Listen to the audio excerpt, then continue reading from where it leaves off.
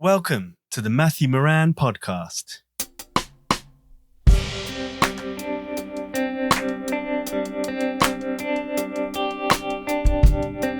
This week, my guest is Melissa Groo. Melissa is a wildlife photographer, writer, speaker, an ILCP Associate Fellow, and a Sony Artisan of Imagery. I think that means she's pretty good.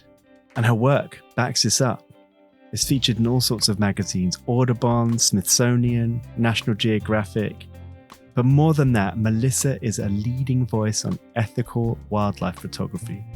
She practices what she preaches. Literally, she has written extensively on this topic, including creating ethical guides for wildlife photography for both Audubon and National Geographic. I've wanted to speak with Melissa for years, so what a treat it was to finally meet up over Zoom, and we took a deep dive into so many aspects of her varied career. But before we get into that, this is a quick note to say that I have just released a new workshop. It's a contact sheet to printmaking workshop. So more craft-based photography. So it's photography with an end product, and you can make a book. You can create a contact sheet, make a larger print from that contact sheet.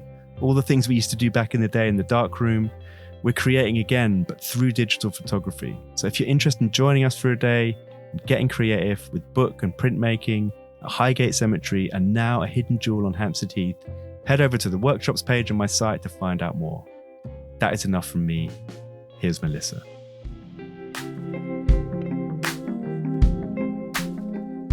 Melissa, thanks so much for taking the time for coming on the podcast. It was lovely to finally meet you also in London at Wild Photos last year. And yeah, there's so much I want to talk about. But first of all, just say thank you and ask how you're doing. Well, thank you so much for having me, Matt. I adore your podcast, and I'm really honored to join sort of the illustrious subjects that you have gotten on there. I am doing pretty well, especially despite the situation here with our politics, but we won't get into that. But I'm yeah, there's enough podcasts out there for that. Yeah, let's not go there. But yes, I am doing very well, and I'm happy to be here. That's so cool. You were actually, I should say this out loud to the audience. So like other people are asked to come on this podcast. You get the top student award because you sent me so many links and so much good stuff. In an email. Oh my God, you must have been drowning. No, that was great.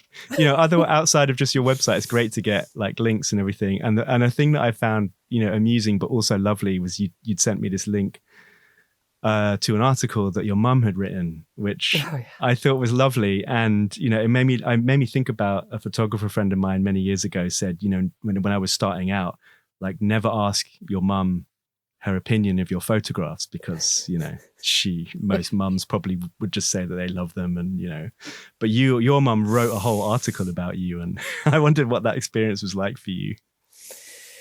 It's definitely not the first time that she's done that. And I am very charmed by her enthusiasm for my career. And she's a big nature lover and bird lover. And so for us to be able to share that together and find different ways to get excited about sharing that with others, whether it's her through her writing or me through my writing and my photography, it's a really wonderful bond that she and I have. So, I'm sometimes I'll look at the article and I'll say, oh, ouch, why did she put it like that? Or why did, this is not the sum total of me, or, I'll find something to pick apart. But overall, I'm very lucky to have a mom who's so engaged and wants to actually cover me in her journalism.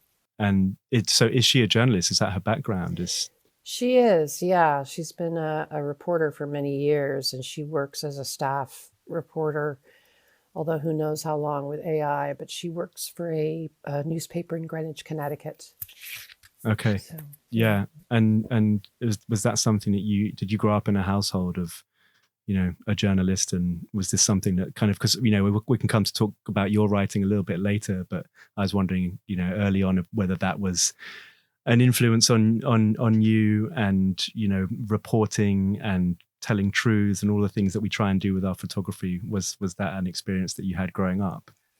I definitely grew up in a house where books and literature and words were very important and very valued. And I attribute a lot of that to my dad. He was an incredible sort of reader and admirer of poetry and great literature.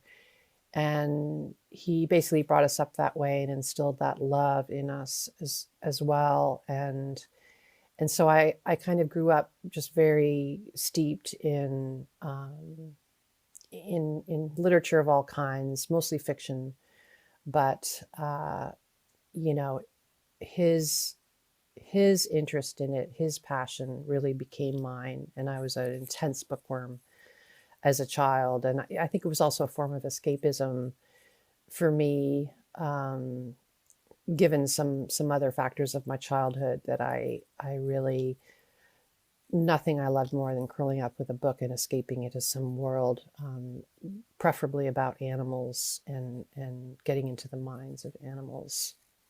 Yeah, I think, well, we both have experience of that now. I mean, your daughter's a lot older than mine, but that I've talked about this before on the podcast, like, in terms of people loving animals, and that first engagement with animals is so often with kids and with books. There's not a book that we barely read that doesn't feature some kind of animal, especially when they're younger. Totally. Yeah. Yeah. And then something happens. I don't know why it's kind of frowned upon that, adults, like, oh, it's a childish thing. Like, why do you love animals? Like, Yeah. I don't know.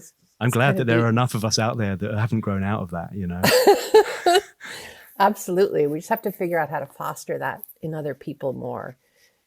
Somehow people have gotten trained out of thinking that way, out of sort of identifying with non-human animals. And it's just something about the way our culture is set up, and sort of the idea of dominion, I think, over other forms of life besides us, and how we're supposed to be sort of the overlords. And I think it's just completely whack.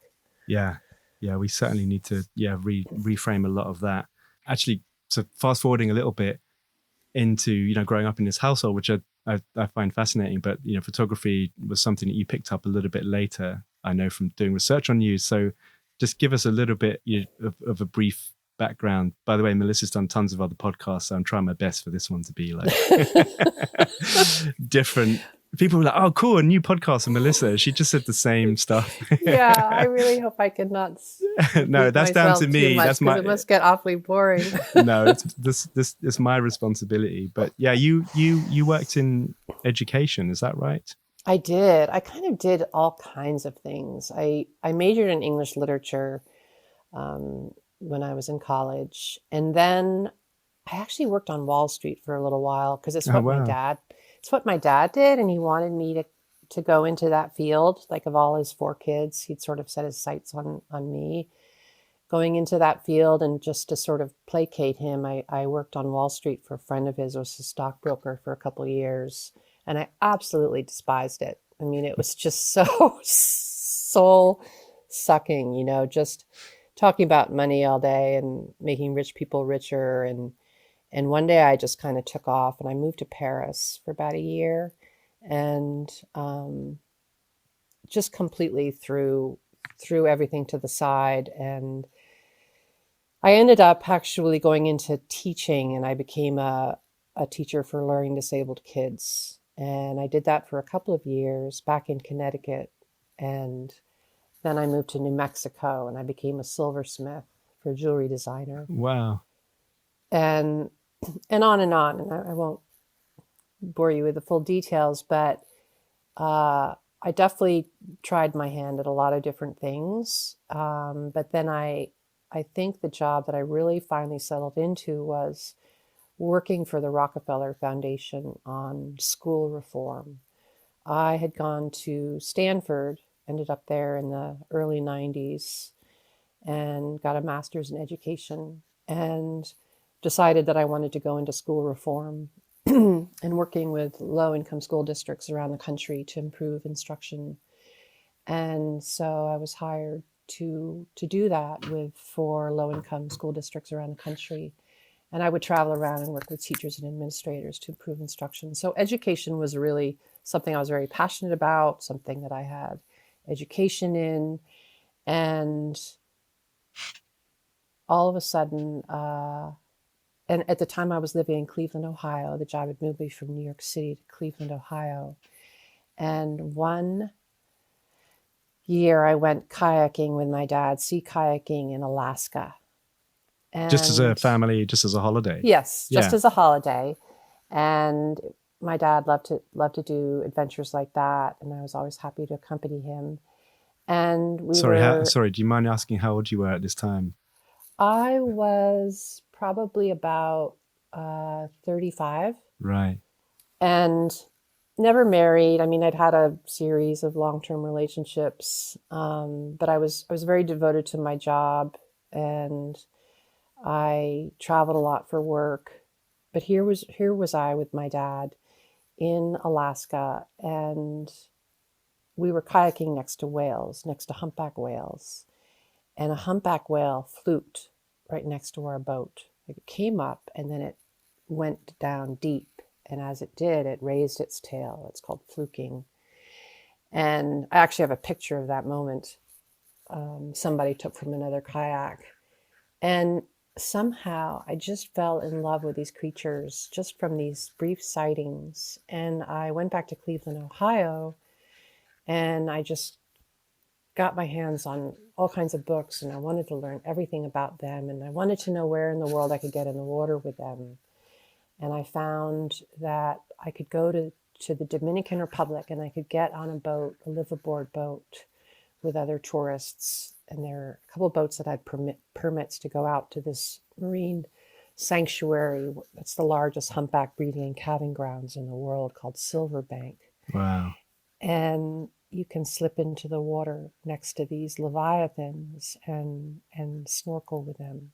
You can't scuba dive with them, but you can snorkel with them. And so I went on this trip and I did it. I was just so completely, I found it so transcendent and miraculous. And I fell in love with these animals, and I decided that I would go every year. And I did. I went for about 4 or 5 years in a row. And through studying whales, I came to know about the work of this scientist, Katie Payne, who, with her husband Roger, who's sort of known as the great whale ambassador, he's now deceased. And she didn't really get enough attention, but she was just as responsible for making this discovery that humpback whales sing songs, and that their songs change over time, and that they all adapt their songs to this changing tune across ocean basins. And I discovered that Katie had she'd broken up with Roger, and she'd gone on to study another socially complex, large brain, long-lived mammal, the elephant. And she discovered something about their acoustic communication. That is, that they use low frequency sound, infrasound, to communicate over long distances, to keep in touch with family members. And she went on to study this in the wild, mostly in Namibia. She wrote an incredible book that I suggest people read called Silent Thunder in the Presence of Elephants. And I read her book, and I was so transported by it, and so kind of in love with her voice and her storytelling ability. And she came to speak at the Cleveland Museum of Natural History. And I brought my copy of Silent Thunder, and I was going to get her to autograph it afterwards. And I was going to tell her about my trips to see the whales and all of the stuff. So I took my copy of Silent Thunder, and I was all excited to have her autograph it. I was going to steal a few minutes with her after the talk. And I sat in that audience, and she speaks so eloquently and beautifully, and her passion for these elephants and their conservation, and she was playing their calls. And I was so moved, and I know it's going to sound kind of cheesy, but I had this feeling just kind of suffuse me, this feeling come over me that this is what I wanted to do with my life. And this sort of steely resolve came over me, like, I'm going to make it happen. Like, this is what I want to do. It was like the truest feeling I'd ever had. And so I went up to her afterwards, and she's just very accessible and engaging and was very friendly to me. And she said, "Why don't we go to lunch tomorrow?" And so that was very exciting to me. And she and I met for lunch and had a wonderful time. And I said, "I would do anything to help you. I will volunteer my time. What do you need done?" And she said, "Well, I've just written this editorial protesting the sale of ivory to Japan, and I need help getting it published." I said, "Send it to me. I'll get it published." And I ended up getting into Nature Journal and London Telegraph and South Amazing. Africa Mail and Guardian and BBC Wildlife Magazine and a few other places. And she started giving me more and more work to do. And I visited Ithaca, where she was living, and she was working at Cornell.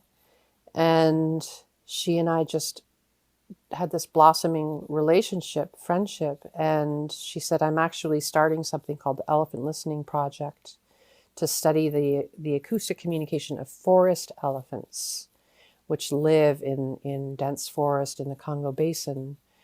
And I'd like to hire you as a research assistant. I don't have any money to pay you, Yeah. but I down the road a piece, I think I'm getting a grant from the World Wildlife Fund, and I can pay you then." So, of course, I dropped everything. I left this well-paying job, job security and all that stuff, to go live in upstate New York and work on elephants for free. And everybody thought I was insane, which maybe I was a little bit. But a year after that time, sitting in that audience, I was headed to live with her in the Central African Republic. Amazing. To live among forest elephants deep in the rainforest. And it really was the great honor and privilege and adventure of my life. We spent 2 field seasons there, 3 months apiece. And we would bring the data back to Cornell to analyze. And I worked for her for 5 or 6 years until I had my daughter. That's amazing. It's such a great, I just love hearing those kind of stories about mentors, and it works both ways, doesn't it? Because she obviously saw something in you. You go there as, not doffing your cap. You went there to get your book signed, but those relationships are just so important. And so, there probably isn't any of us that are in this small world of wildlife photography, conservation photography, that don't have some kind of experience of that. Yeah. I totally agree. And it's such a wonderful lesson I like to hold out, especially to kids, is like, if you're really passionate about something, even if you don't have sort of the necessary qualifications at first, I had no background in biology or animal behavior, but she saw something in me. She saw that I was really driven, that I was passionate, that I was eager to learn. And let's face it, that I was willing to work for free for a little bit. And sometimes to get your foot in the door, you have to be willing to do stuff like that. As long as you're not really being taken advantage of, it's for a short period of time, but certainly volunteering can be a wonderful way to get in the door of anything. Yeah. And also what's great is that you weren't like, say it without sounding mean, but you weren't like super young either, right? You had this, this established career. And then, there, I could imagine, maybe you're not like this, but a lot of us, when you're trying something new, you have this voice on your head saying, "Oh, why are you doing this now? You're too old," or, but you didn't, and you just went for it. And I think we're of the generation now where you're never too old. You can have like 2, 3, 4 careers. You just have to just go for it. Totally. And I feel like I have a bit of that in my past, where I've kind of reinvented myself again and again. And sometimes I think, does that show that I'm not somehow committed to something? But then I think that's not really the right way to look at it. Like, I think because it took me this long to get to photography, that it really wasn't until I'd done all these other things and experienced these sort of different walks of life and different kinds of people and different places, that all of that is really brought to bear on what I do now, and has served me really well to sort of have these wildly disparate experiences. And, and I think it took me that that long to really figure out what moved me and what really was something important to me. And sometimes it's going to take people that long, and people shouldn't beat themselves up for that if they come to something a little bit later in life. And don't hesitate, just go for it. I just feel like there's no reason not to sort of seize what we're most passionate about and pursue it in some way, even if it's a hobby. It doesn't have to be your profession, but find that thing that really moves you, and go all out for it. And actually, so often, if it is your hobby, and I've said this on the podcast, in fact, one of my very early guests who I still work with, he's a good friend and colleague, Eddie Ephraim's. He works one-to-one with photographers who are not professional, but are really good, but they don't know what to do with their images. And he often is doing small run hand-bound books or portfolio prints and really nice craft-based, like with their photography. And he says the happiest photographers that he works with are the ones that are not professional.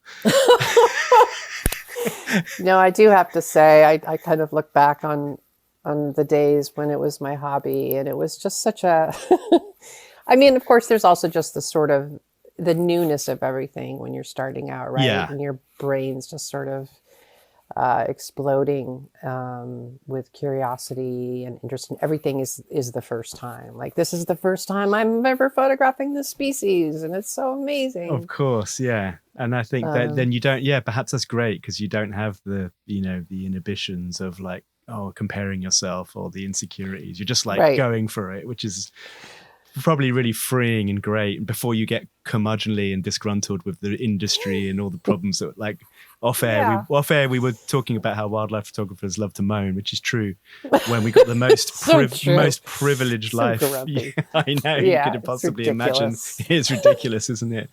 Oh my God. But like, this is great. We kind of done 25 minutes and we haven't even talked about how you got into photography, or what the switch was from becoming a research assistant, again, with no science background, no photography background. Like, when did you start taking pictures and thinking that was going to be a good idea?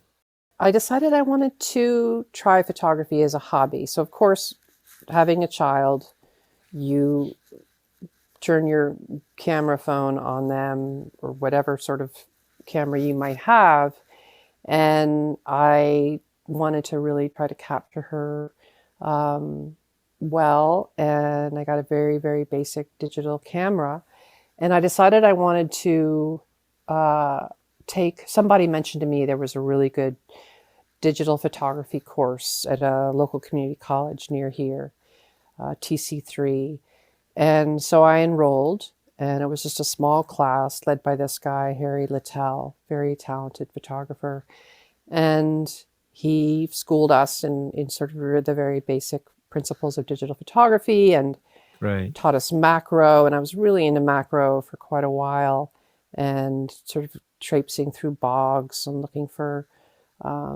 orchids and insects and examining these little worlds. And then my family went on vacation to Newfoundland one year. And we went to this incredible seabird colony called Cape St. Mary's. I think it's the largest northern gannet nesting colony in the world. Wow. And it was just a sight to behold. And there were tens of thousands, hundreds of thousands. And I didn't feel like I had the right camera gear to sufficiently capture it, but I did take quite a few pictures. I think my longest lens was a 300 millimeter. And I came home and I looked at my pictures, and I just felt that I had stumbled on what I was meant to do, and that I wanted to pursue it with all my heart, because for me, it sort of married this love I'd always had for animals, particularly wildlife, with this sort of sense of aesthetics, this drive, this creative drive that I think I'd never fully been able to express in any way in any of my jobs, except when I was a silversmith in Santa Fe. And so I got a 500 millimeter, saved up some money, and at the time I was shooting Canon, and Gitzo tripod and a good DSLR. I can't remember what it was. I think it was what was a top of the line Canon? 1DX or yeah, something yep. like that. Yeah. Yep. And it's just all I wanted to do. It's just all I could think about. I was just constantly looking at pictures by other photographers. I was reading about it. I was practicing. I was just a full immersion. Full immersion. Yeah. And just it's all I wanted to do. And I was sharing photos on social media, and one day someone I was connected with, a writer, contacted me and said, "I've seen your pictures of birds on Facebook. I think you're really talented. I want to do a story. I write for Smithsonian Magazine. I want to do a story on the great sandhill crane migration in the spring in Nebraska. And I'm going to pitch you as a photographer. Are you interested?" Sorry, I'm laughing because I think, can you imagine something like that happening now? Timing is everything, It right? is, I mean, yeah. that would not. And it's would not, that's not obviously not a slight on your work. Obviously, it's really good. And I think, in magazines, they're really used to working with a stable of photographers. Yeah. I mean, yeah, sometimes they'll go out on a limb and hire somebody new to them. But Smithsonian especially, has the stable of photographers, and given a particular story that is pitched to them by a writer, they're going to see, okay, which of our photographers we work with kind of lives nearest to that. So the expenses are going to be less and all of that stuff. Yeah. So anyway, partly because this guy, I think, was such a character and such a longtime writer, they looked at my pictures and they said, okay, we'll take a chance on her. And so the writer and I went to Nebraska, and everything went very well, partly because of I got to know Michael Forsberg, who is the sort of sandhill crane guy, and he's become a very dear friend. But he really helped me a lot with that gig. So I guess Smithsonian saw that I was able to deliver the goods. Yeah. And the story was a success. And then I began a relationship with the magazine. Yeah. That continues. And, in particular birds, it's kind of, I know you don't only shoot birds, but you've really shot a lot of birds and a lot of bird stories. And exactly. And I think, that has been a strength, because I think it's easier to find someone who more generally photographs wildlife, but to find somebody who really knows how to photograph birds, I think it's just sort of a harder thing for editors sometimes to really hone in on somebody who's really used to sort of the special attributes of how to go about photographing birds. And that's not to say that I'm like the best. Sure. I look at like most shops and I'm just like, holy cow. But I know my way around a story like that. Yeah. And I know how to. I do a perfectly fine job. Yeah, no doubt. And again, looking at your work with these magazines, also Audubon, you've worked for, so much and so many stories told. And I was curious now, like we talk about taking the leap and there not being really much money in it, but you're at a time when magazines had budgets to, not everyone has National Geographic budgets. National Geographic don't have National Geographic budgets anymore. I know. So, how's that working out for you with like commissions and, oh my God, magazines, like their budgets dwindling year on year? When something's been such a good outlet for you, how do you reconcile that now, both with your work and also your bank balance?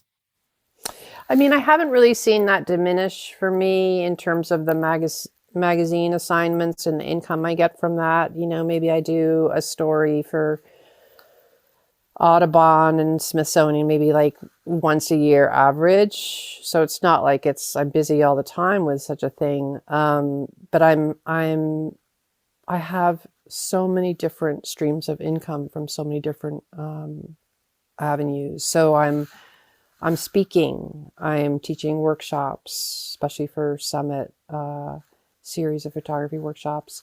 I am licensing images to magazines. I'm not going on assignment, but I'm getting contacted by a lot of editors all the time who are like, I'm doing a book or an article or some such thing. And are you with an agency, or are they coming to you directly? They're just coming to me directly. And I am writing quite a bit.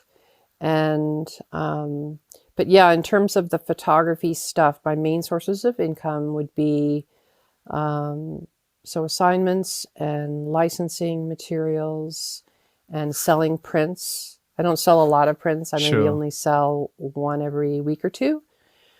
I do think there are people out there who are making a very good living as a wildlife photographer because they are leading photo workshops back to back. Yeah.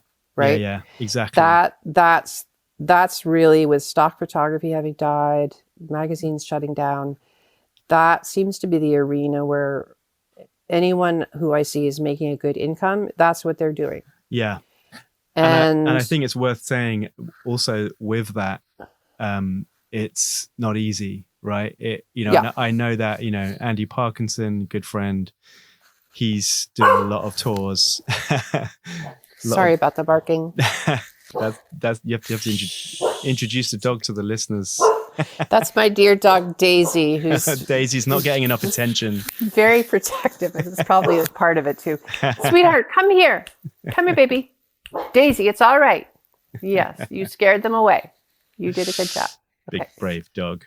Yeah, good girl. Yeah, so obviously it takes a long time to build a client base. You have to have a name, and then also the logistics and my God, I mean, that kind of work fills me with dread. Like I can't do it either. I do a few. I'm sorry, you go ahead. No, I was going to say just that, I do, again, everything for me is local, and I ran workshops for 10 years in this one place, and I just got burnt out from doing it. I really enjoyed it. I just needed just a break. And I had to break for about a year and a half. And I'm now started again with this friend of mine, Eddie, who does the bookmaking workshops. We're teaming up and we're doing workshops in locations that we both know really well.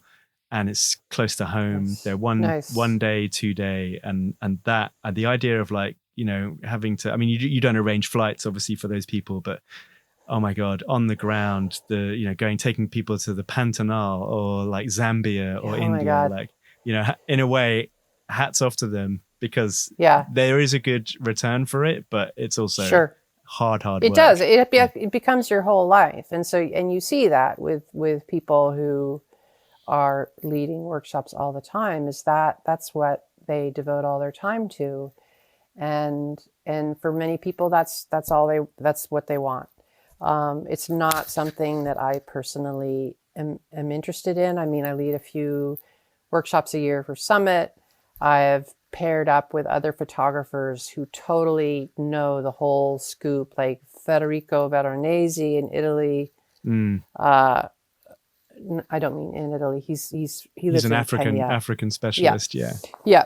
And so I've co-led with him. I've co-led with Todd Gustafsson, with Sebastian Kennerneck. So people who are already really dialed into these places, and they're on top of all the logistics. And then I do like very small one-on-one workshops with people, which I really prefer, because I like to be able to just really drill down on one person and really see like, what is it that they need? How can I help them? Whereas when you're dealing with a whole bunch of people, it's easy to overlook some things that you just don't have time to detect. So I really like one-on-one workshops, and I'm doing that more in Africa with clients, taking one or two people at a time, and so I can handle that kind of thing. Just not doing it full time. No, and there's just so many other things I'm interested in doing, and I can't confine myself to that. And that's the nice thing about having different income streams, because my work is exactly the same in that I have multiple income streams. Is enjoy the variety, right? It's in a way, yes, we Yeah. kind of missed the heyday of stock photography when, you were pulling in thousands a month. But at the same time, I think being able to pivot and, like you say, public speak, make films, which we'll come on to talk about, run Yeah. workshops, do all of these things. It's kind of, it's more fun. Yeah. It's hard work, Absolutely. but you're not just doing one thing over and over again.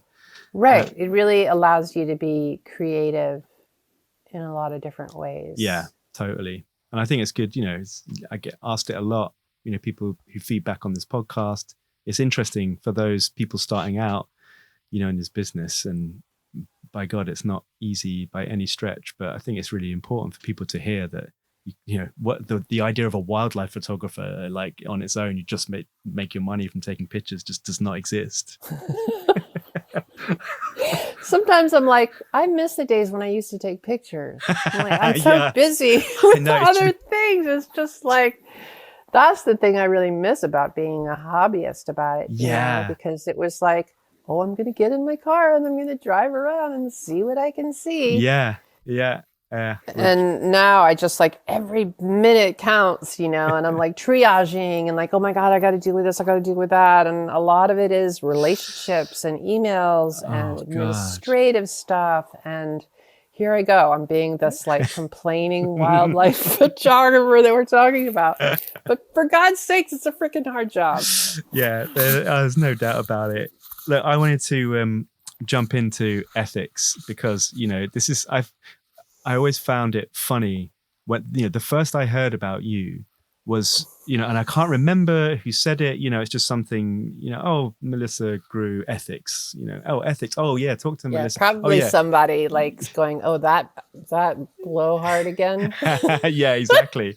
And I always just thought it was odd that, there was one wildlife photographer in our community that was really known for ethics. Like, surely we should all be, right? It shouldn't be a thing.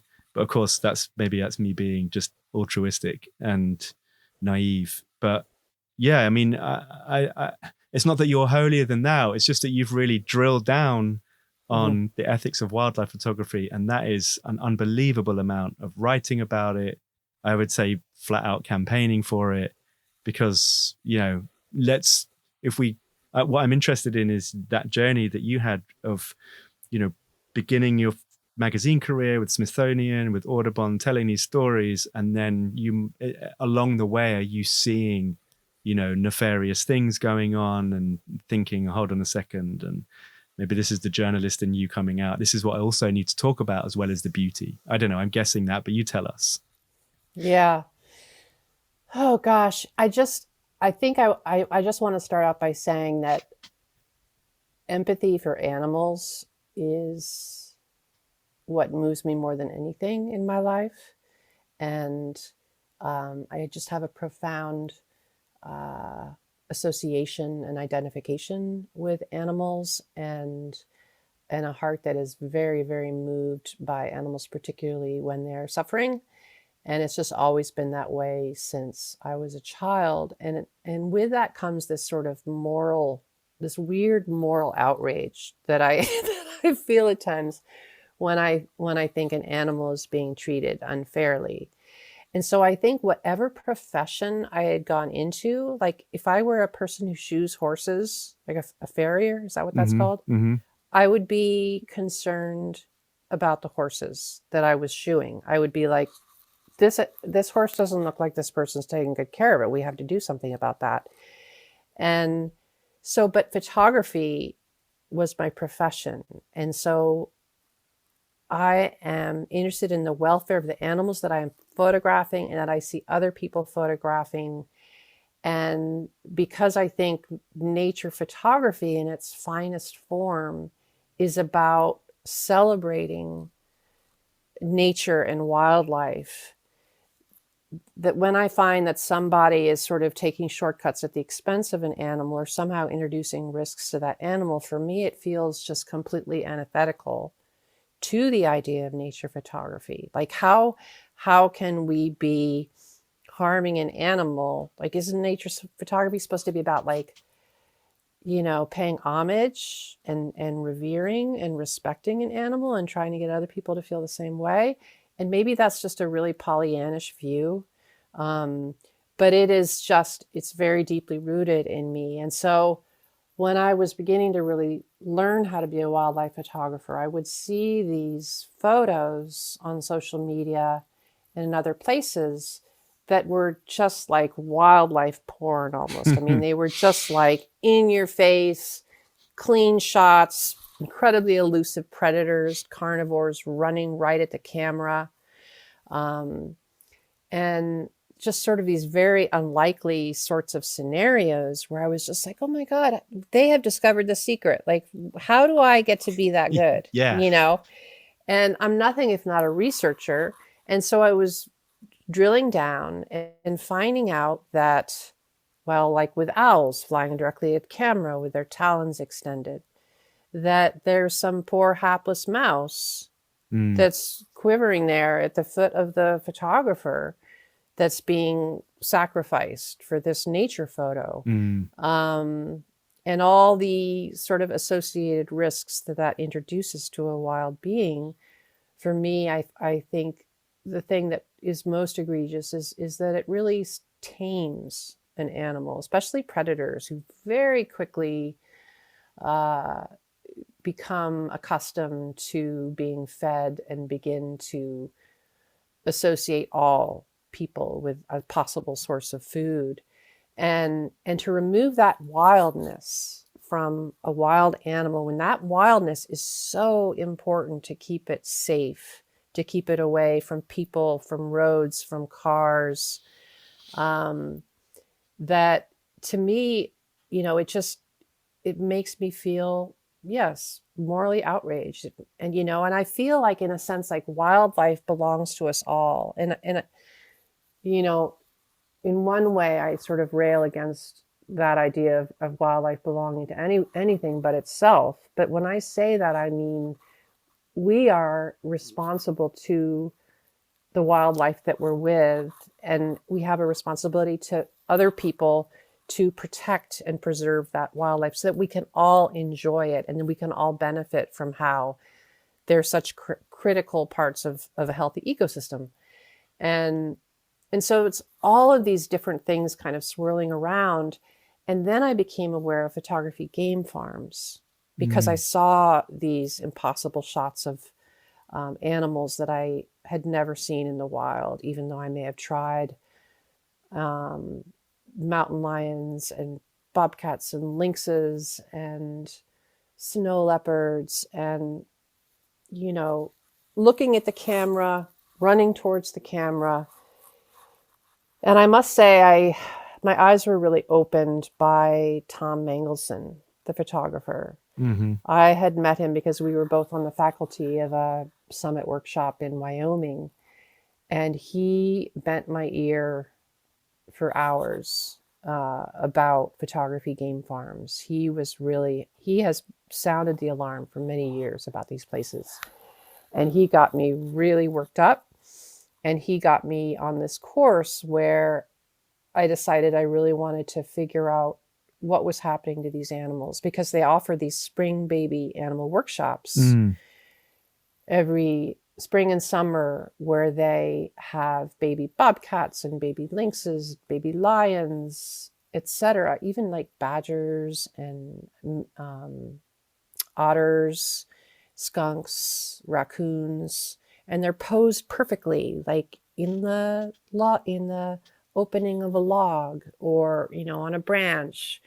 And couldn't understand how these places were continuing to house them after they had grown up a little bit. Like, were they still living at these facilities? What happens when they're not posing for the photo, right? Where are they exactly kept? What are and their how conditions? how do they live? Because none of the photographers that would go to these places was allowed to see where they actually live, which is even worse than a roadside zoo. At least at a roadside zoo, you can see how the animals live. And I, again, got my researcher hat on, and I just discovered the most grisly, gruesome truths of what really was at the heart of these places.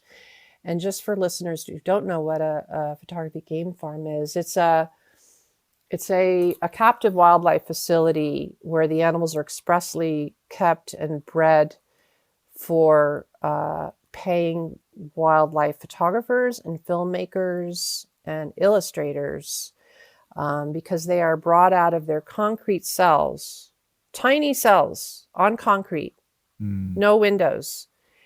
And they're brought out to naturalistic settings with a fence around them. And the photographers and filmmakers are outside of that fence.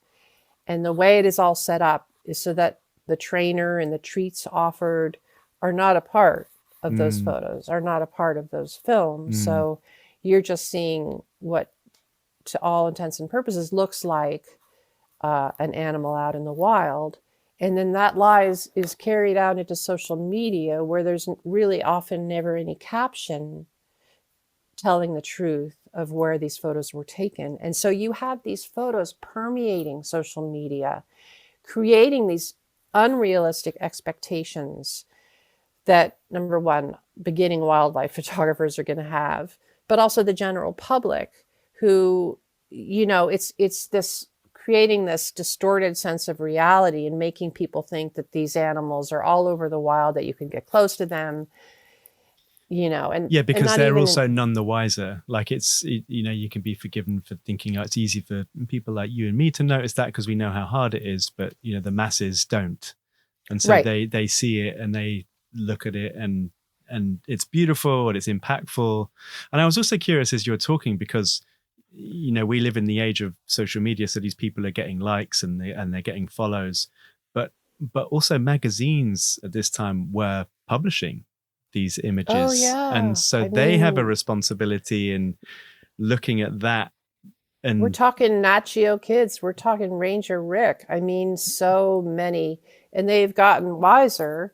And for the most part, as far as I know, they don't fall for those images anymore. But yeah, well, that's what I was going to ask. How is that now? And would you, have you been highly responsible for bringing this, the attention of what's going on with these farms to outlets like Nat Geo and Ranger Rick? I think in part that I have, for sure.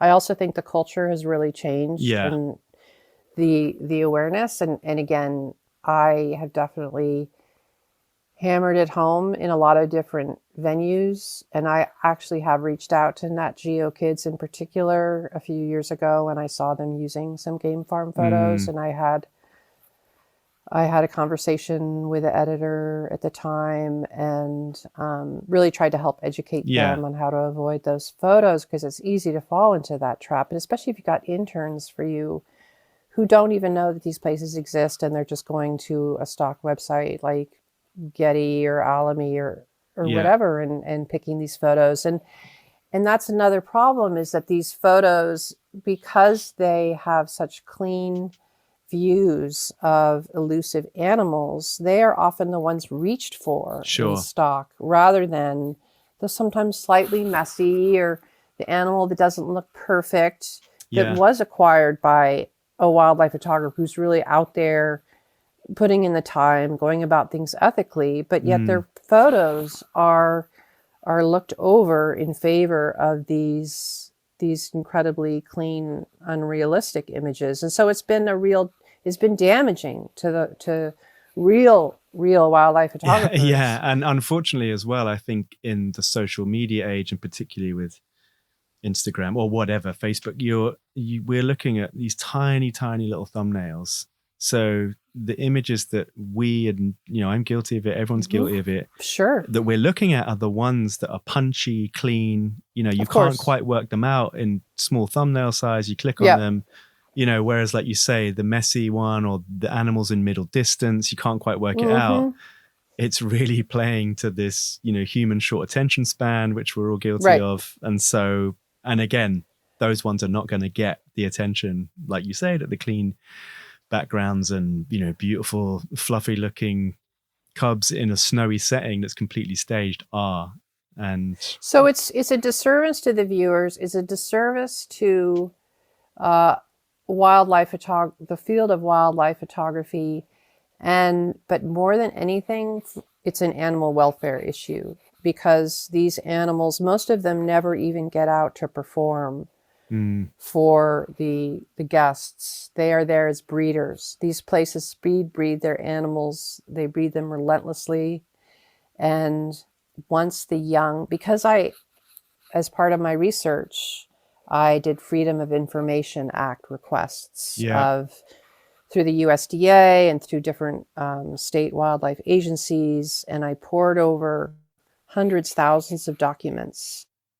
And I found out that these places were getting rid of their adolescent young to fur farms, to exotic pet auctions, to horrific roadside zoos. They're expendable. They're expendable, right? They are nothing but expendable commodities, And through this, I began to actually clash on social media with this woman, Heather Keepers, who was the head trainer at the leading, arguably the most successful photo game farm, Triple D Wildlife in Montana.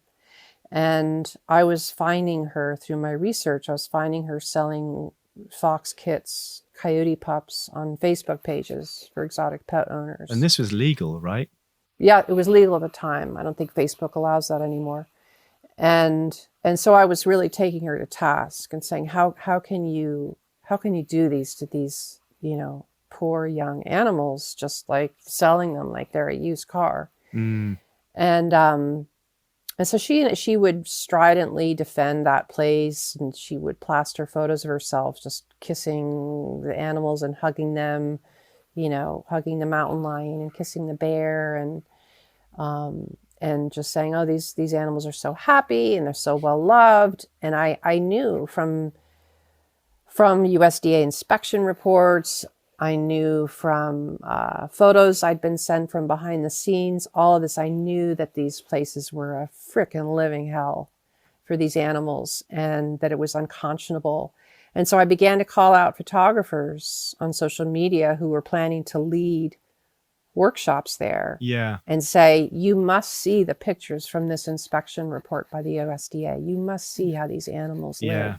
You cannot support this. This is horrific. And how was the response? Oh, the ones who were going, they didn't care. Yeah, sure. I mean, that's not fair.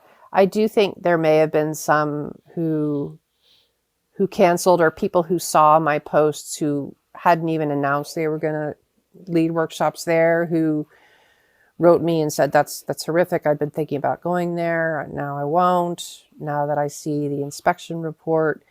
And so, I do think that it did help to educate people, but it also ended up getting me sued. Just on social media, just finding out who the people were that were going to be teaching them there and tagging them in my posts on my own Facebook page and saying, please reconsider going there. Supporting this place is unconscionable. Yeah. And that was tantamount. That was enough to get me sued. Defamation or... No, I wasn't sued for defamation or slander or any such thing, because everything that I said was true. Of course. I was sued for tortious interference, for wanting to interfere with a business. Wow. And at the same time I was sued, Heather was sued, because what had happened is that she quit. She could not conscience working there anymore. She came to me, and in Facebook message, she wrote, "You're not my favorite person in the world, but a lot of what you have said is right. And those animals are suffering tremendously. I need to save them. Will you help me?" And what I responded is known to some because it's been covered in that Rolling Stone article. But I said, abso-fucking-lutely. Yeah. And she and I began to partner together to contact USDA, U.S. Fish and Wildlife. I was about to say that this is all sounds like the makings of a great film. So yes, it is a film. And it's a film that has long been in the works, perhaps a little too long. And I've been kind of frustrated because I just wanted to get out. But Katie Schuler, who is an ILCP fellow, International League of Conservation Photographers fellow, is the filmmaker. And she and I started out to do this film about 7 years ago. Wow. Yeah. And this is all this is after you've been sued, or is this like happening during the making of this film, or you know, are you gonna get yourself in more trouble? We will see. Okay. Again, I don't think anything in the film is misleading or inaccurate. Sure. And certainly there's some good insurance in the works, but yeah, it's done with a lot of integrity. And he was invited to be in the film, the fellow who owns Triple D, or to speak, and has declined. And so, yeah, he's not interested in being a part of it. But Katie's gone about it I think, in a way that has a lot of journalistic integrity. Sure. And when can we expect it? Do you know? Well, it's going to be premiering at a film festival this spring. Wow. I don't know that I'm at license to say which one yet. That's fine. I think anyone who's listening and is interested will be hitting refresh on your Instagram page daily to find out. I mean, yeah, I want to sharing it. Yeah, I heard a little bit about it through Mo. She didn't give anything away, just that it was coming. And Mo appears in it, and she says some really great things. She's a very important voice in that. Well, that's great. And it's just, I mean, what I'm hearing as well from you outside of this, educator and advocate for animals. And I was thinking as well, you were an advocate for people as an educator as well, setting up these schools in the district, right. For these kids. You're like doing this for animals, but you are also, an activist, right? And that's something you can't really dip your toe in. You've gone whole hog on this and got yourself sued, and, no amount of stress I can imagine that brought. I mean, for 3 years, I lived under the shadow of that lawsuit, which was suing me and Heather and 2 other ex-employees for hundreds of thousands of dollars. And, I think I kind of shut down a little bit during that time. Like, I became a really private person and very guarded. It made me feel very guarded, and I'm coming out of that now, which is good. It feels good. But it definitely was a very challenging time. It was settled about a year ago. Mm-hmm. And I can't talk about the settlement, but I am pleased with it. And so onward. Well, we know you're a wildlife photographer and you don't have millions in the bank, so that's good. That's for sure. What's so amazing is that I had business insurance. Like, I did spend maybe 10 or 11,000 out of pocket when the lawsuit started getting going. And then I realized I had business insurance that might cover it. And I contacted them and they did all this research. And then they got back to me. They're like, yes, we will cover you. Yeah. So that was huge. God. Oh my God. Otherwise I'd be just a disaster right now. Yeah. I can see Melissa, by the way, everyone, and she has a roof over her head. I do. I have a pretty nice house. That is it's the basics, right? Food, water, shelter.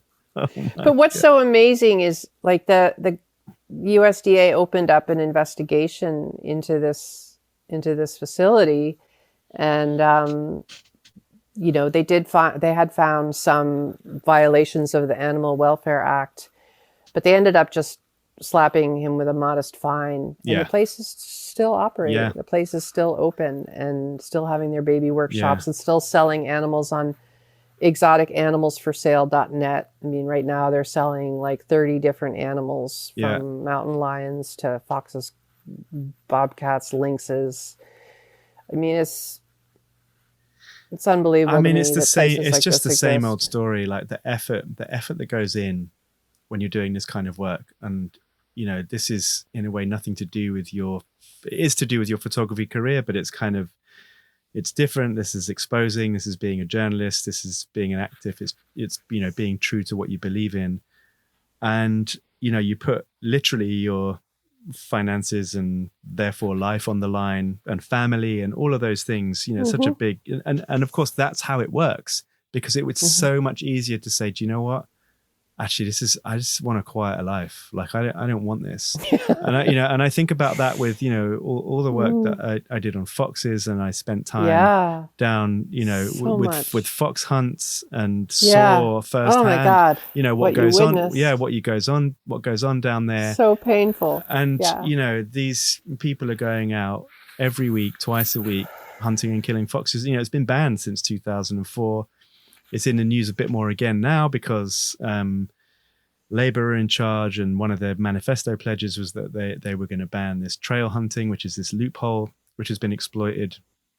And it is so hard to get any kind of convictions, even though these hunt saboteurs, they go out every week, twice a week.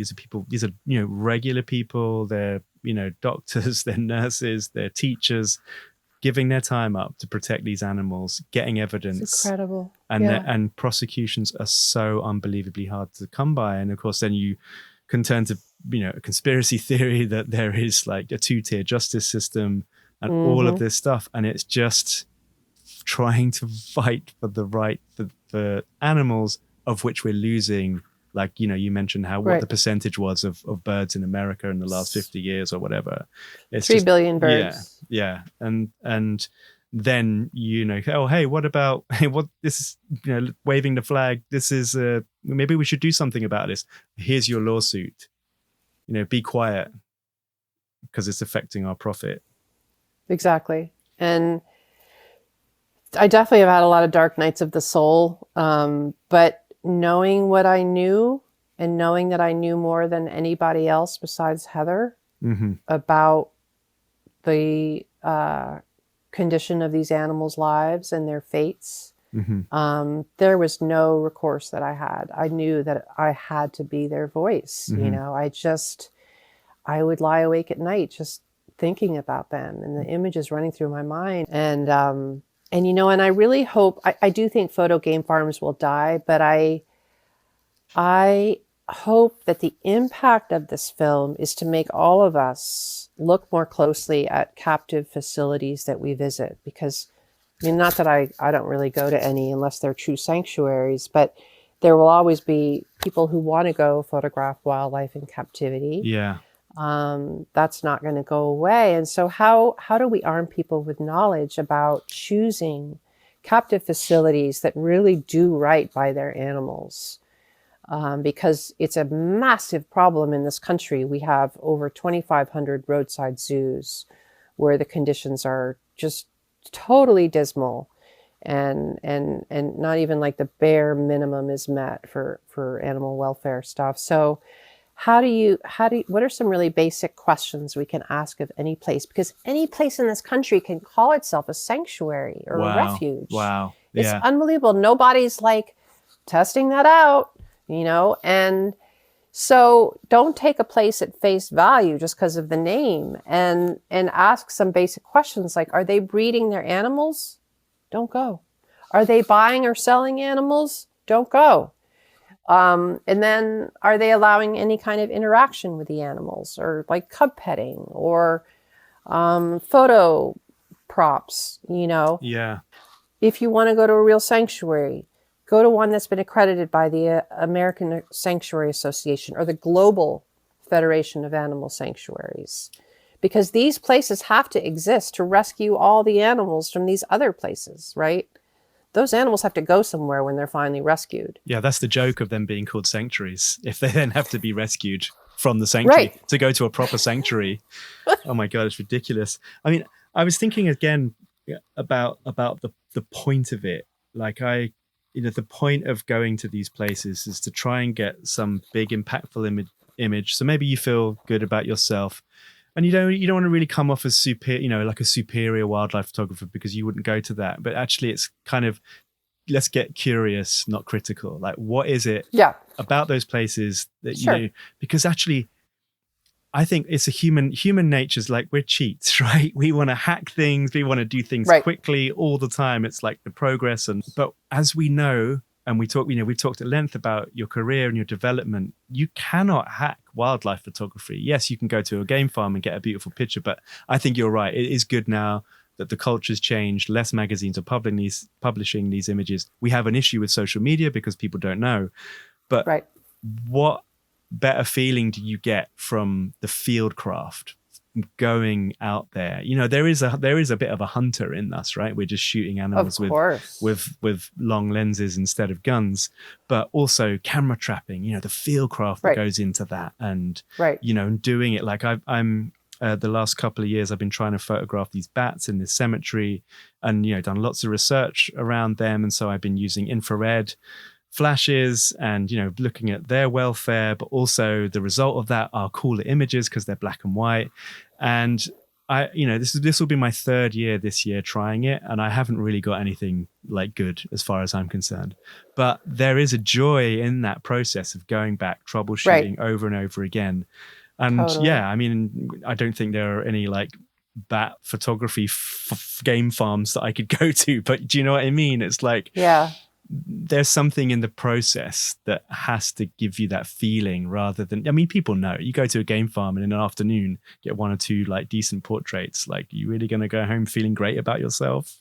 I think the problem also is the sense of entitlement, because I've heard quite a few people who go to these places say, well, how else am I going to get a photo of a snow leopard? Yeah. Like, this is the only way I'm going to get the photo, so of course I'm going to go. It doesn't matter if maybe they don't live in the best conditions. This is how I'm getting a photo of a snow leopard. And it's like, maybe you're just not meant to have a photo of a snow leopard. Yeah, exactly. Right?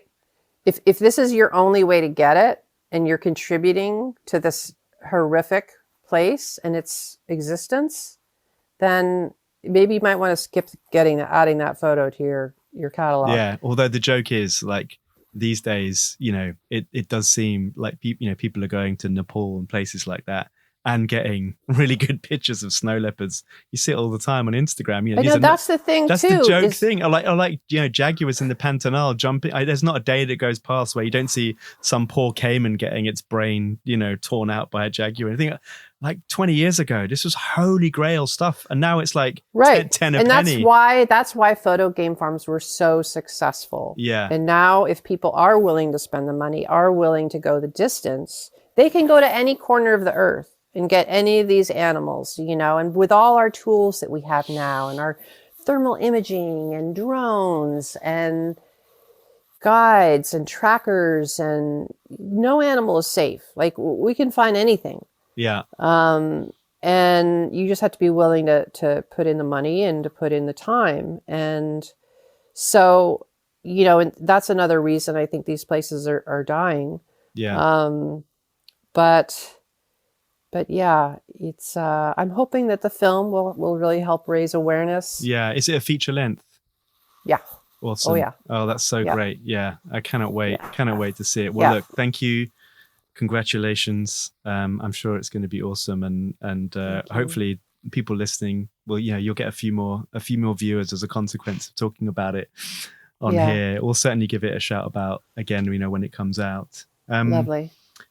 I was curious about, you as the photographer and witnessing all of these difficulties. I mean, you talked a little bit about coming out of that dark hole, but how do you reconcile that? How do you deal with that? Do you suffer from ecological grief, or does it make you more tenacious to, document, tell stories? Because, you've written so much about the work that you do and the ethics. You sit on boards as an ethical advisor, but at the end of the day, we're just like, this stuff's plummeting. Have you got good conservation success stories that you hold on to?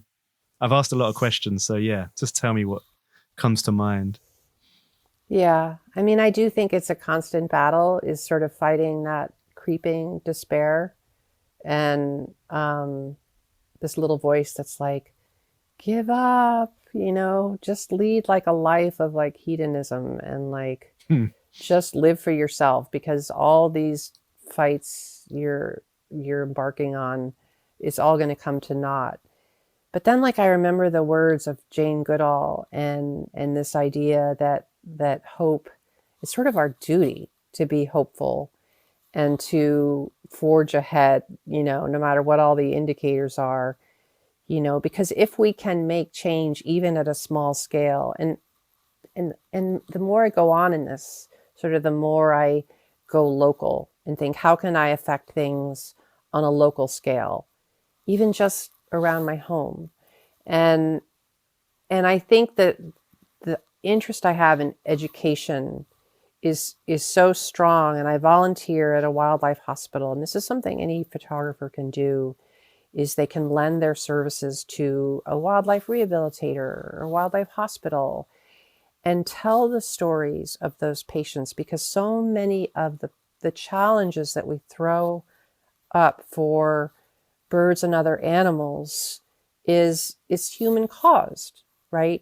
They're anthropogenic reasons, whether it's that we're driving too fast and we're hitting things, or we're not making our windows bird safe, or we're not picking up our fishing line, or we're using rat bait. All of these things, if we can each make different decisions every day, just adjust, our own little decisions in such a way that we're thinking about more than ourselves. We're thinking about this community of beings that we live among that is so precious.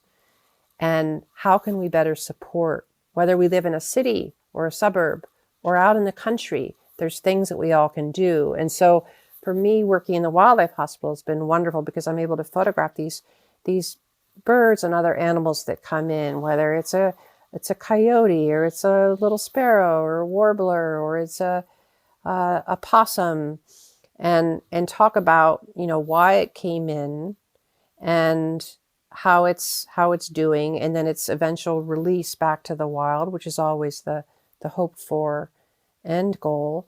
But arming people with, what can we do to prevent this in the future? What can we each do? Because there are things that we can each do. Don't use those sticky traps for the insects that like lots of birds get stuck on.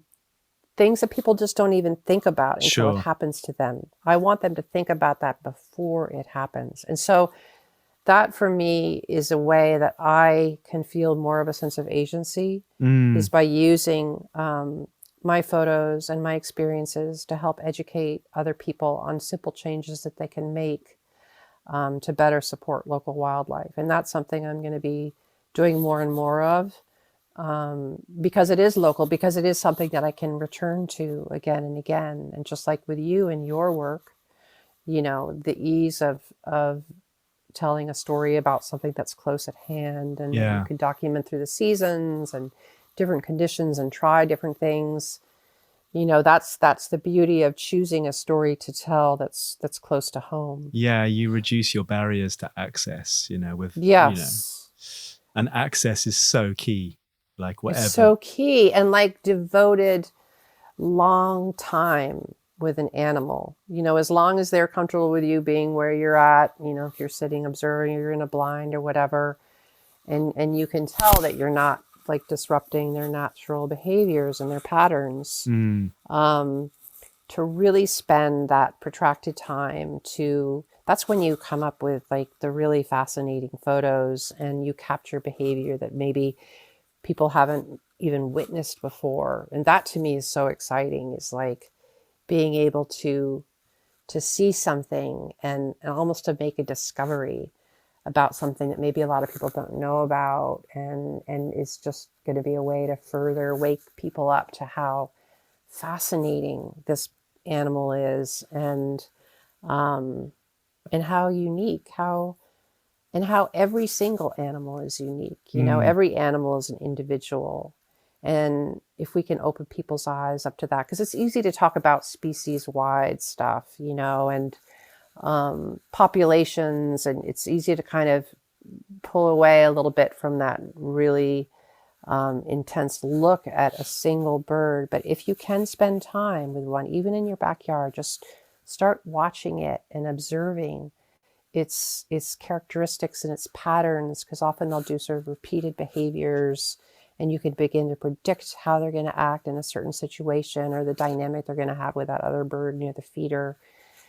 And this personality begins to emerge. And I think once we can see that animals have individual personalities and characteristics, that can really help to foster that empathy that we could have for all animals. Yeah, I think that's beautifully put. And it also got me thinking about, when you talk about the time spent and the immersion with the animal and learning about it, it's almost like you're the little girl again, reading your books, in your, safe place, getting away from everything. Like, I think all of us have a bit of that about us doing the job that we do. It's like, it's the best feeling, isn't it? Like, you don't get rich from what you sell, but the experience is so rich when you have those moments. Oh my God, it's that sort of sense of almost really becoming one with your subject, and everything else just falling away,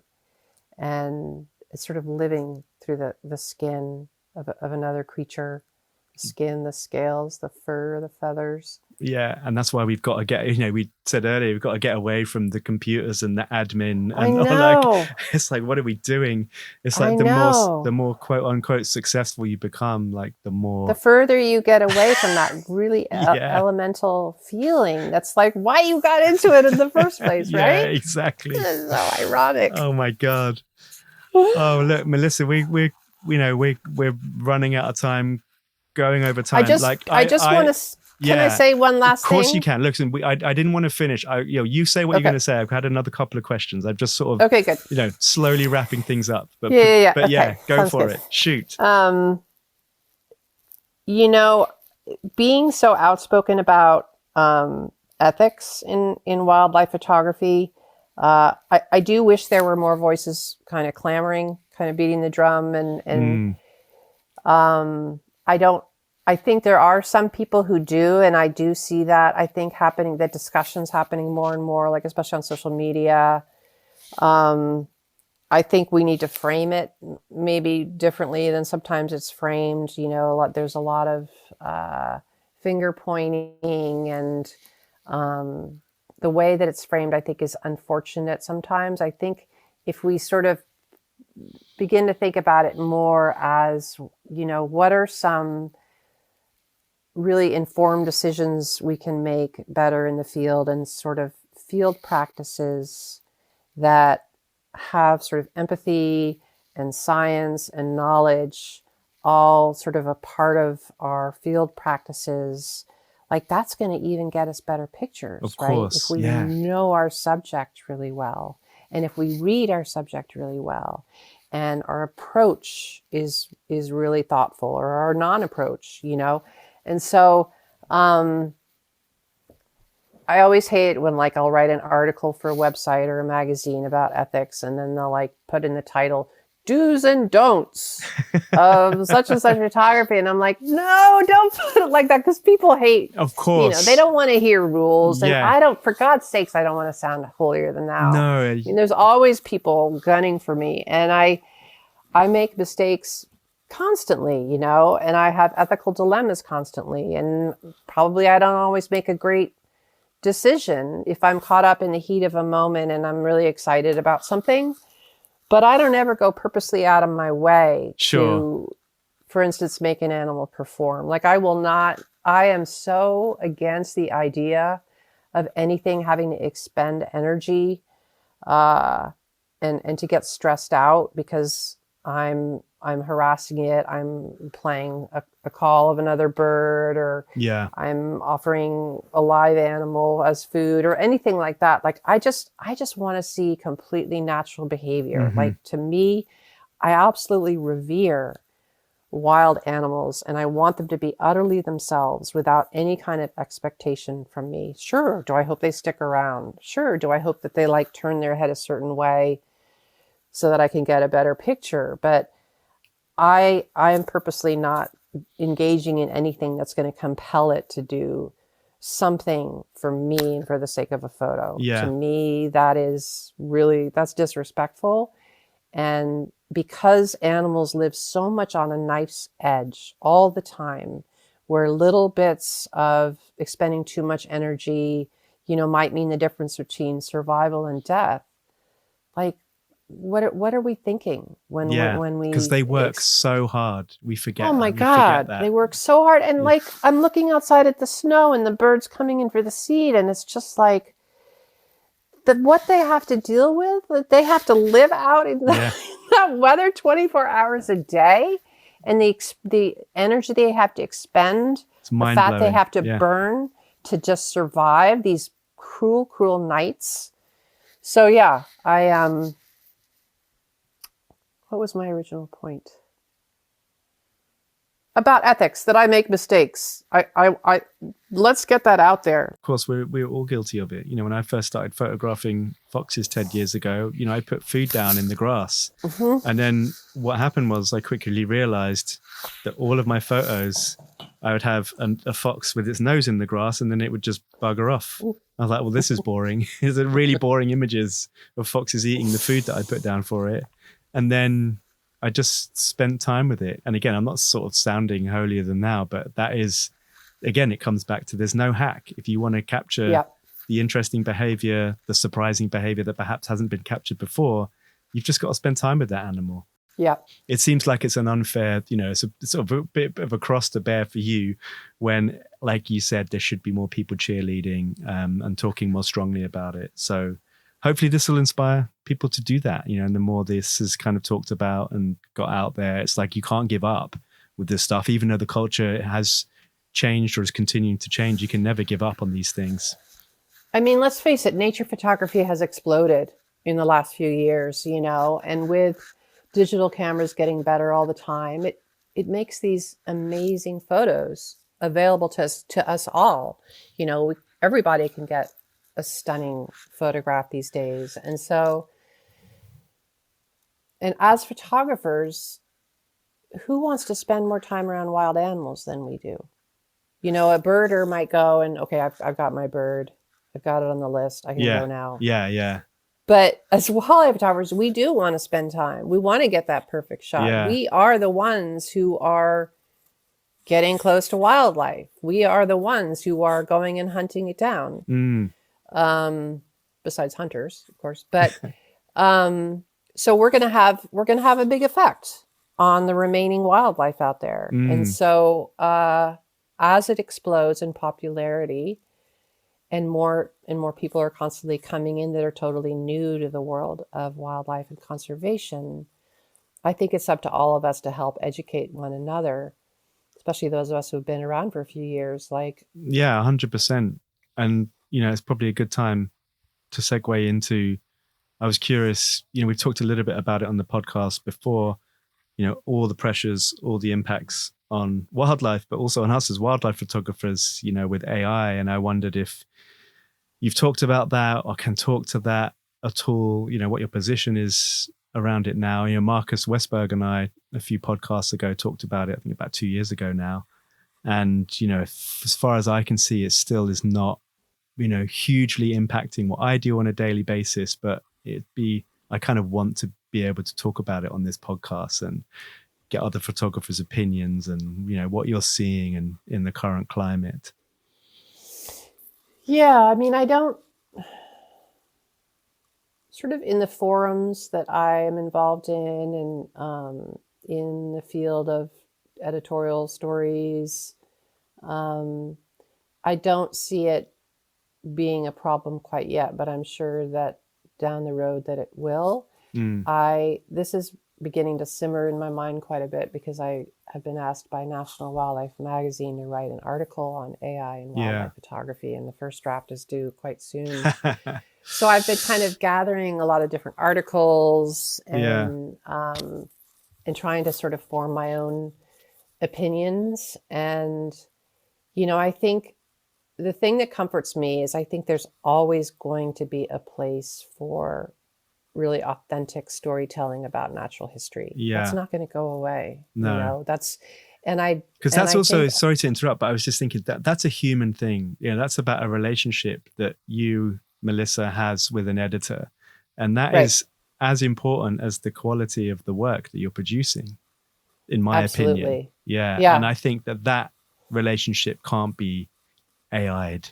You know. right, absolutely. And I think almost in a response or as a backlash to AI, like authentic storytelling is actually going to become more important, and trusted sources Mm, of that authentic storytelling. Like I feel like our reputation as wildlife photographers is super important to begin with.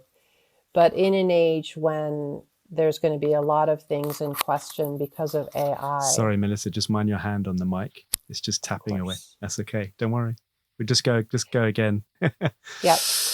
So, I do think that as almost sort of a reaction or as a backlash to AI, I think there's going to be even more importance placed on authenticity and integrity in storytelling around natural history.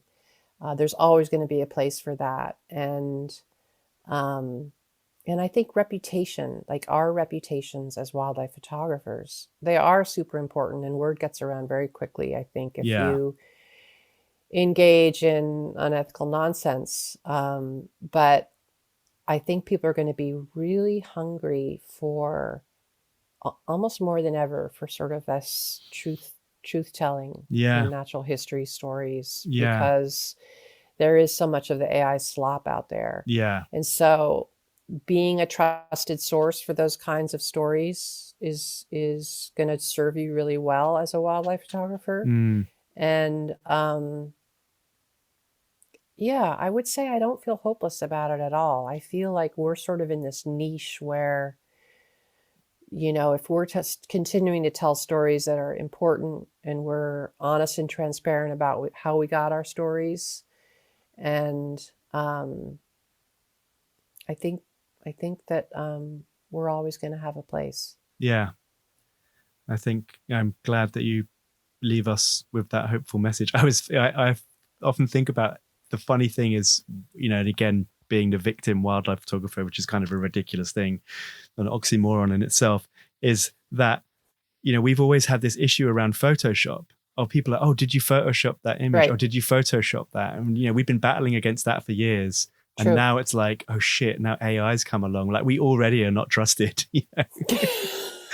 I know. Oh my God. So how do you feel about AI and wildlife Yeah, photography? Like, I think I mean, I'm not an expert in it. I'm not like, reading too much about it. I see, yeah, I mean, I see like anyone, all this slop, and it's such a turn off, when you see it, and you just think, well, this is brilliant, great. We're spending all this money on data centers, polluting the earth, stealing water from rivers to cool down, all of this stuff. Oh, So you can God. see like some bullshit fake video on Instagram. It's pretty depressing. And Right. I'm hopeful as well. I'm optimistic that there will be a backlash. I think in the community that we're living in, there's a big push. It's called smartphone free childhood. Right.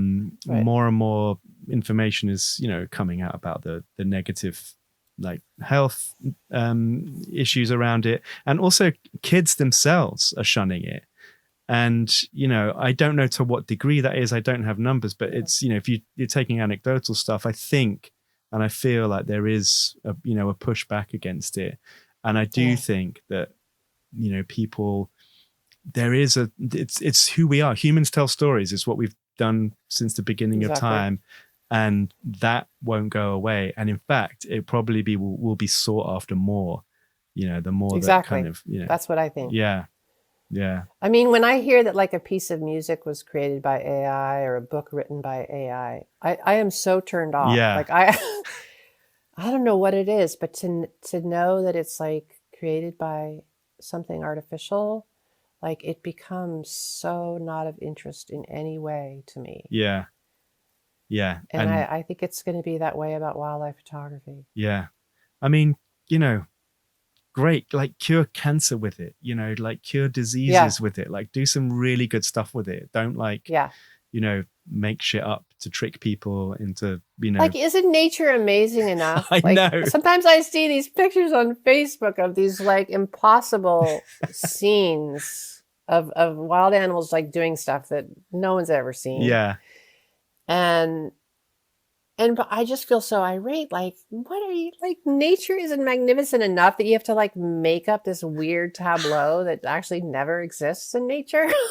I know, what it's is so wrong with you? it's so ridiculous. And again, that's what I used to think about, you know, people, you know, that would say, oh, did you Photoshop your pictures? And I'm like, no, but what you need to do is get out and look at the colors that nature produces. The sky is that blue, you know, in autumn, the trees really go that color. I know. I don't know if you ever saw that photo of mine. It's a great egret, very bright white bird against a dark background. It won the Audubon annual photo contest in 2015. And that was sort of the start of my whole relationship with Audubon. But it's striking because the egret, it was taken at dusk. I'm exposing for the birds. The bird's like bright white, but the background is mangroves in the distance. Wow. And because it's so dark, it's all thrown into shadow. And I cannot tell you how many people asked me after I won. They're like, you photoshopped that background, right? Like, how did Audubon accept that? And it's like, no, why don't you get outside at dusk sometime and sort of see how things look, for God's sakes. Jesus. I know. It's like, do you have any idea how hard I had to work to take that damn photo? Like, Jesus Christ. Jesus Christ. Oh my gosh. All right, Melissa, last question I ask all my guests. Okay. You know, what are your hopes, wishes, and dreams for the future? Do you think 5, 10, 15 years ahead, where you'd like to be, what you'd like to be doing? I want to be living on a piece of land that I've made very wildlife friendly, that I'm kind of rewilding. And I am sharing stories about the inhabitants of that land, and also just working in all possible ways to educate other people about wild animals and why we need them so badly, and how to better protect them and respect them and really revere them. Yeah, I'm never going to stop. Melissa, that was so good to talk to you. Thank you a million times for coming on. That was really lovely. It's been my absolute pleasure, and I feel like there's so much we couldn't get to, but I know. We'll have a part 2 in a year or something. Definitely. No, 100%. I think I'm about ready for that. You know, I think if you get a 50 podcasts under your belt, you can start getting guests, you know, back on. Right. And especially after the movie comes out, there's going to be a lot to talk about. Yeah.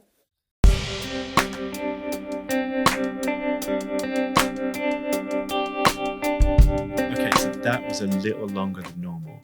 But when you get top guests on the podcast, such as Melissa, with a lot to talk about, the time flies. So thank you, Melissa, so much again for your time and generous spirit, with so much to share. And I hope you, the listener, will follow her, especially with her forthcoming film. Keep an eye out for that. Check out her page on the podcast page of my site. Follow her on Instagram. It's Melissa Groo. Or check out her website. There's loads of info and some beautiful images on there. That is melissagroo.com, MELISSAGROO.com.